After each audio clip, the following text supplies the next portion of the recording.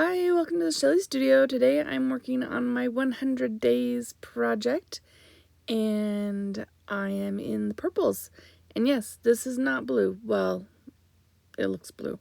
I think it was called light blue violet. Not 100% on that. But I will have the colors listed in the description box below. In case you're interested in what I used, I have a bunch of purple. And I think on these pages, I tried to use every color I had. I also am confused, and maybe somebody who's more of an expert at color can help me out. The ones that I thought were purple are violet, and vice versa. So, like, as I've been reading the book, The Secret Lives of Color, and as I've been reading it, I'm like, I guess purple is more on the red side. And, like,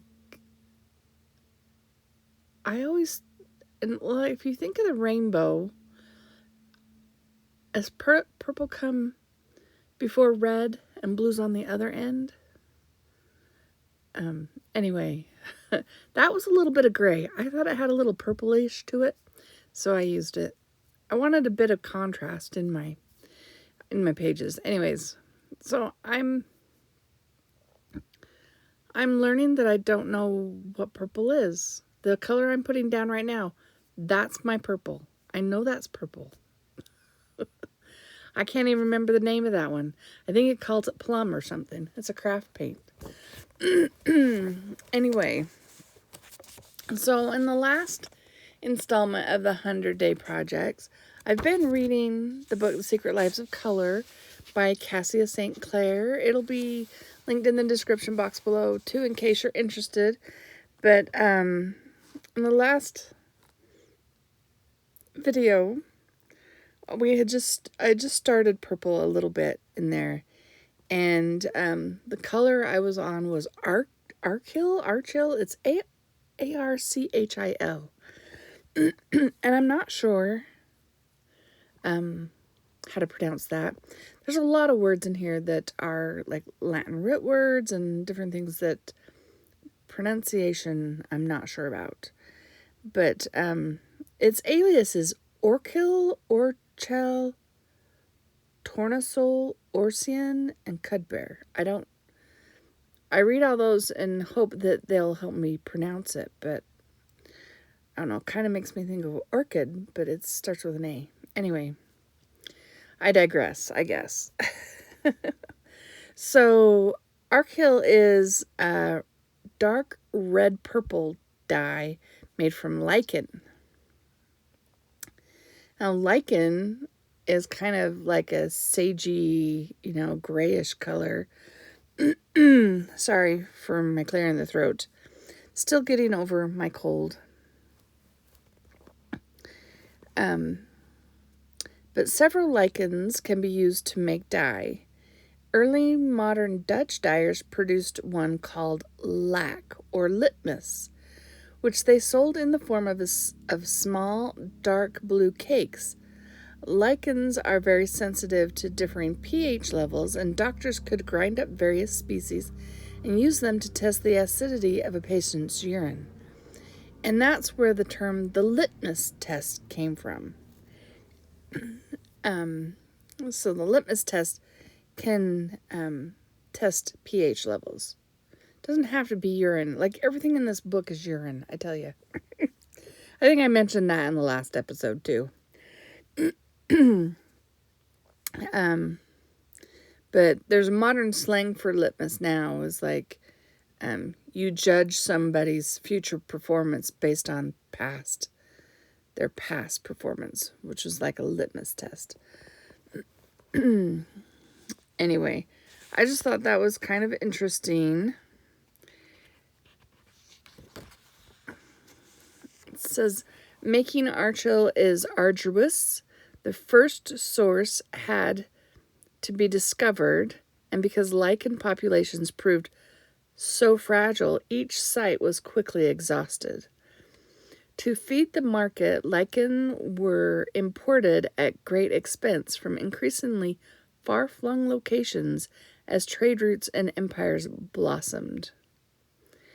And they had to be carefully harvested by hand. They were ground into a fine powder, and the following stages were even more finicky. There were two essential ingredients, ammonia and thyme. So, for much of the period that Archil was produced, the most readily available source of ammonia was putrid human urine. A Venetian recipe from 1540 calls for 100 pounds of powdered Archil, 10 pounds of an alum such as potash, to be mixed with urine until it was the consistency of dough. This had to be kneaded frequently, up to 3 times a day, adding wine when it got too dry, and kept in a warm place for up to 70 days, after which time it will have become so thick that it would be good to use. Even modern recipes require up to 28 days to produce the right color. Yeah, so that is Archil. So that's a deep red. We'll call the reddish colors on there. My version of that.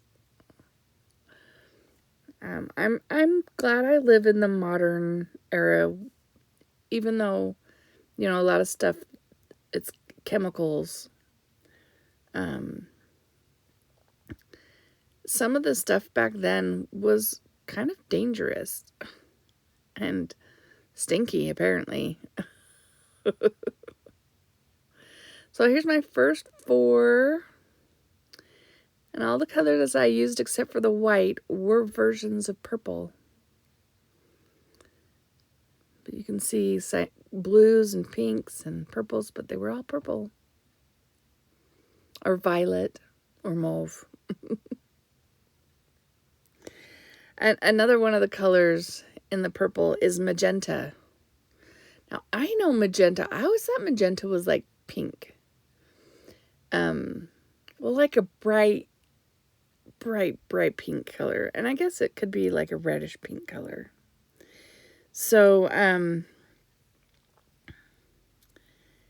it was discovered, let's see, the name aniline came from anil, which is Spanish for indigo. But, aniline it's a family of synthetic colorants produced from sticky black coal tar. So that's the base for to make the colors. And the first synthetic aniline to be created was the startlingly purple mauve, which was accidentally discovered by a London teenager in 1853. This, though, was only the beginning. It was immediately obvious that aniline had a good deal more to offer the world of color. Across the world, scientists began feverishly testing the new compound with anything and everything they could get their hands on.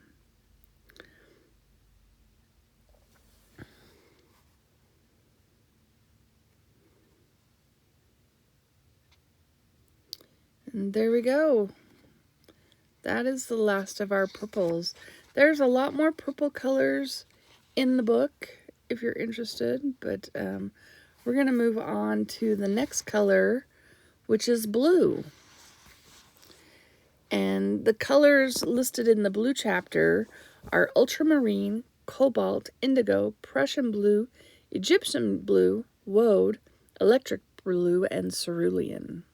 I didn't ask, how is everybody today? I hope you're doing well. It's, I really wanted to edit this video, so it's late at night here. It was a nice day, but, yeah. I'll tell you a little story that's in the blue chapter, shall I?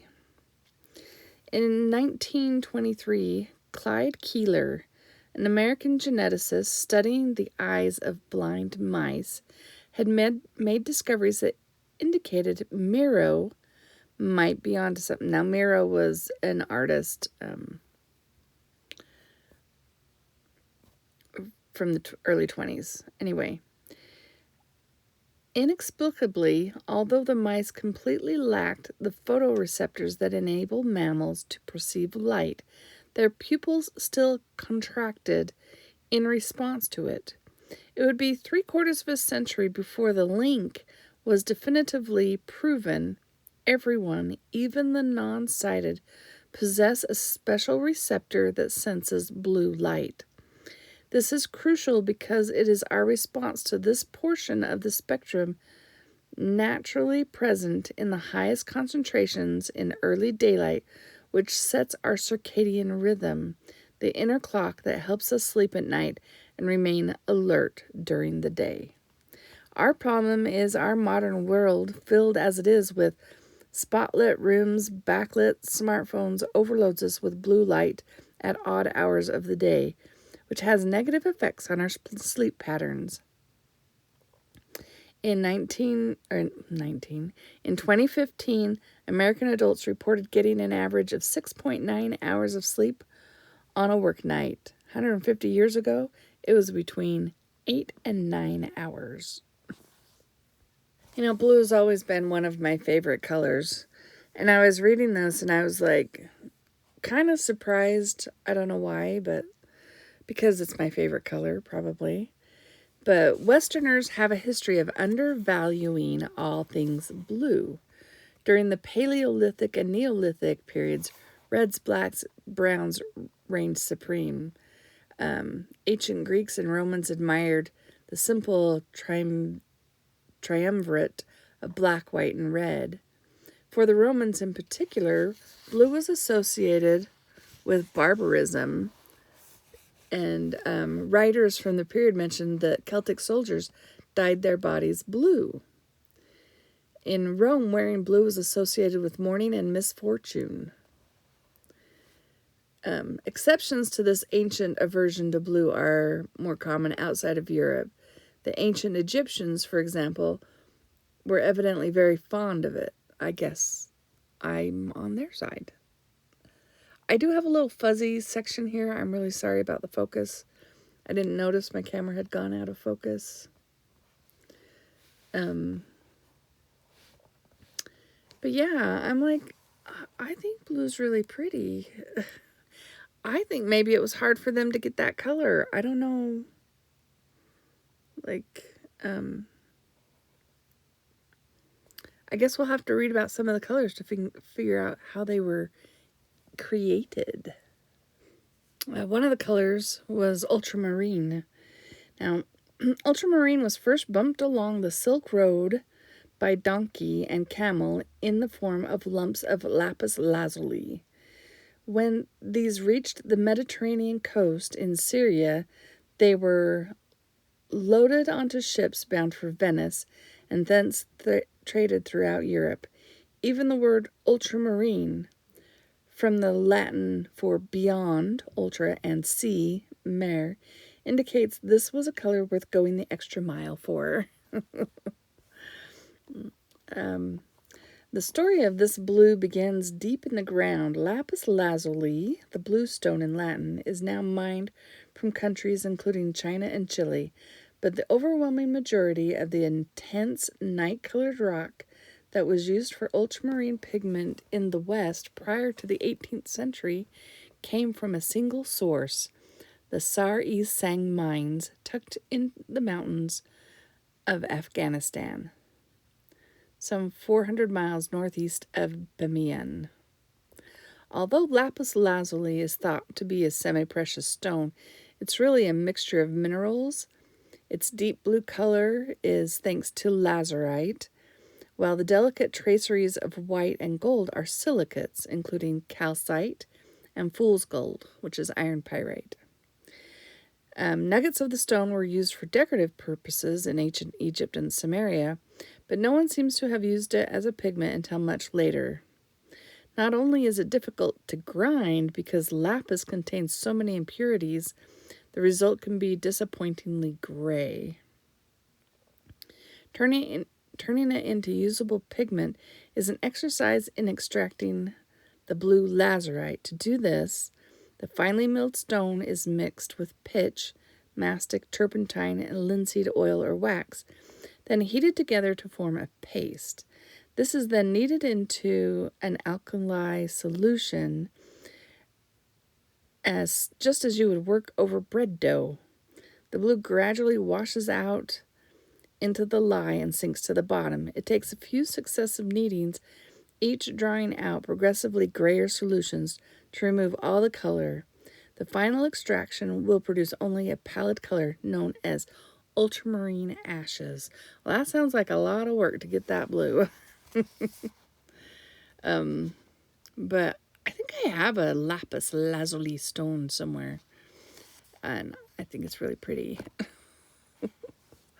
So if you see the kind of grayish looking X's and the circle, those are Woad, and it was a Woad watercolor that I did onto some rice paper, because I wanted to include Woad in there, and I only have it as a watercolor. I don't know if you can get it any other way, but it's natural, like the actual stuff, not synthetic. In 1882, the British Museum acquired an object it would take 11 decades to understand. The artifact is a tiny clay tablet around 2.75 inches square and 0.8 inches thick, covered in minute text written in Babylon sometime between 600 and 500 BC.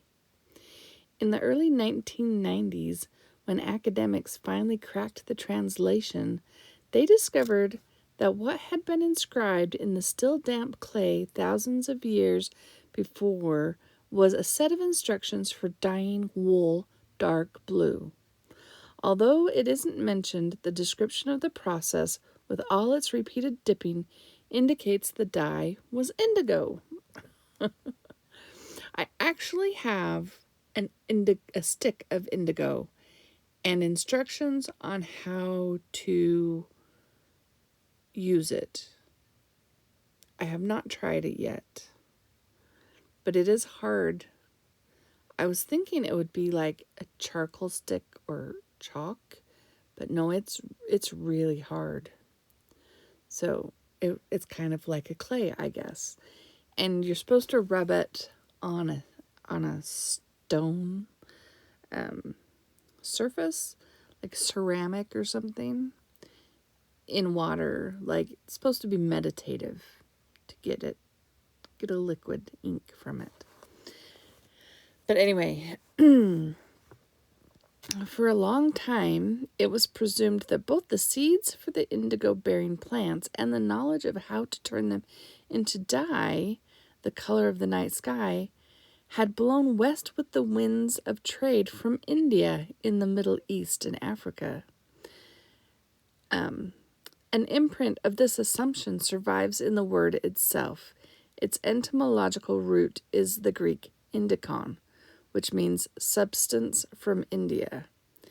Now, though, it seems unlikely. Instead, people seem to have discovered the process independently and at different times across the world. There are many different species of the plant that produce indigo. Woad is one, but the one most coveted for its colorant is Indigofera tinctoria. For a dye-producing workhorse, it is a pretty shrub with small, slightly dusky green leaves, pink blooms that look like miniature sweet peas and dangling seed pods. Although unlike Woad, Indigo tinctoria is a nitrogen fixer and therefore good for the soil, it is still temperamental and prone to mishap. So I probably can't grow it in my backyard. I kind of want to. Anyway, I hope I didn't read too much. And I hope you enjoyed the information about blue and purple. And if you liked this video, give it a thumbs up. And thank you all for watching. I hope you have an awesome day.